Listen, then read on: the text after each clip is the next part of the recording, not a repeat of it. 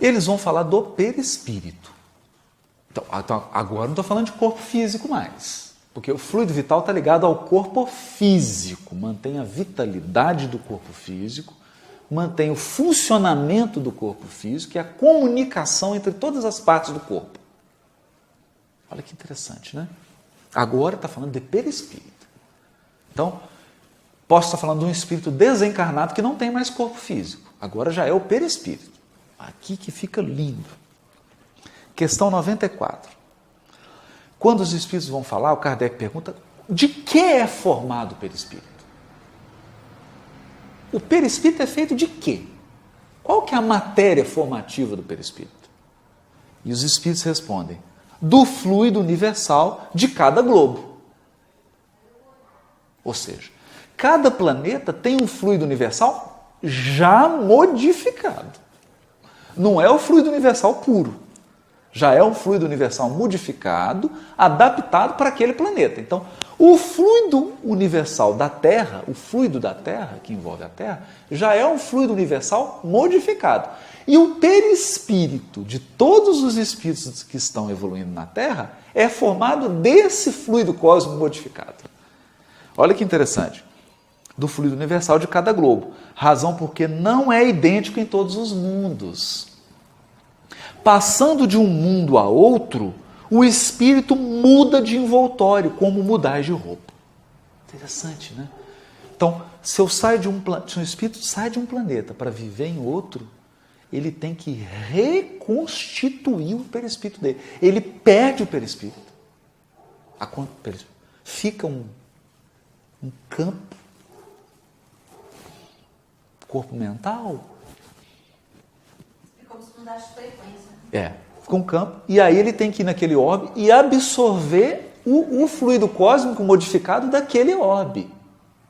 É bonito isso, porque o Emmanuel vai dizer, por exemplo, na Terra, né, Jesus e os espíritos puros, a comunidade de espíritos puros que cooperam com ele na formação e na manutenção do globo, criaram uma modificação que dá ao fluido da Terra. Então, que é única, né? Que é única. É uma obra de arte. Então, toda a base fluídica da Terra é um fluido universal modificado, eles modificam isso, e aqui passa a ser a matéria de base para todos os fluidos da Terra, inclusive todos os perispíritos, de todos os espíritos. Não é só de espírito inferior, inclusive os espíritos, o mais evoluído espírito da Terra, que está ainda na Terra, o perispírito dele é formado desse fluido. Isso é maravilhoso, né? Aí,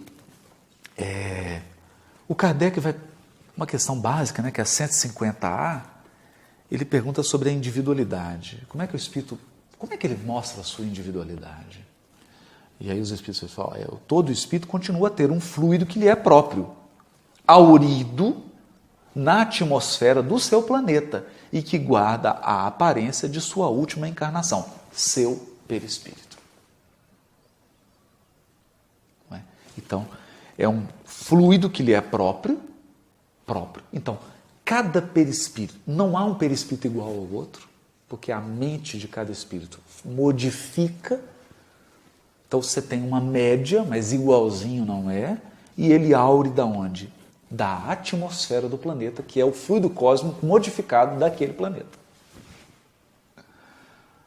E a aparência, geralmente, é da última encarnação, mas se o espírito, quanto mais superior, mais liberdade tem, né? Então, falam, agora eu quero me parecer o que eu era 1000 anos atrás. Não, agora eu quero mais alto, mais alto. E assim vai, né? E para encerrar, questão 257.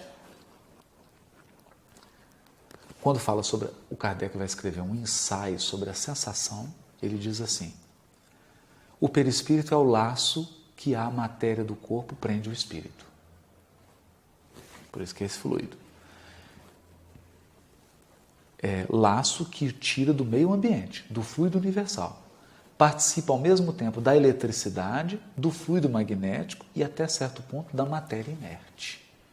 Poder-se dizer que é a quintessência da matéria. É o princípio da vida orgânica, porém não o da vida intelectual, que reside no espírito.